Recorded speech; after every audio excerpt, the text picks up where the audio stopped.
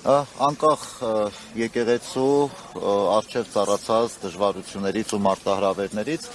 Սուրբ Ծննդյան խորհուրդը մեզանում շարունակում է իր կենսական, կարևոր եւ լուսավոր ավետիսով յուրաքանչյուրիս մխիթարել եւ նաեւ առաջնորդել Սուրբ եկեղեցի, մասնակցելու Սուրբ Պատարագի եւ հաղորդակից լինելով Քրիստոսի Ծննդյան խորհրդին։ Գիտեք, որ այսօր ճրագալույց է եւ շուտով բոլոր եկեղեցիներում կմատուցվի ճրագալույցի նախատնական պատարագը եւ պատարագի վերջում կազդարարվի Քրիստոսի Ծննդյան ավետիսը ու նաեւ այսօր ճրագալույցի պատարագի ավարտին մարդկանց կպաշտվի Քրիստոսին խորհրդանշող լույսը, որը մարդիկ կտանեն իրենց ընտանիք, նաեւ աղոթքով հավատքով, որ Աստծո լույսը, Աստծո օրհնությունը պիտի թափանցի մեր երկիր, մեր կյանք եւ մեր ընտանիք։ Եվ որպես երեկվա դեպքից հետո վեհափառ հայրապետը չի փակում այլևս դռները այդ եպիսկոպոսներին ներելու առաջ։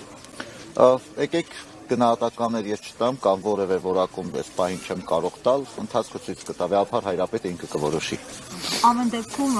կա ճանապարհ, այսպես վերադարձի, դուք տեսնում եք, որպես նաև հոգևորական, որպես ձեր ծառայեկից, այսպես եղբայրներ, միաբաններ, տեսնում եք նրանց համար հետդարձի ճանապարհ։ Քրիստոնեությունը այն կրոնն է, որ միշտ տալիս է հնարավորությունը ապաշխարելու եւ ետ դառնալու։ Որպես քահանայի ուղերձ ունեք իրենց։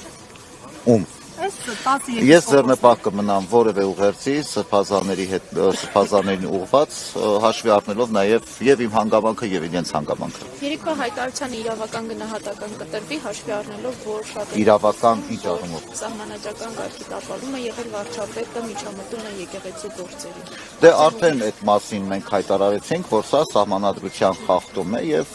հուսանք, որ իրավապահ մարմինները անդրադարձ կունենան։ Չգիտեմ, ինչքանով դա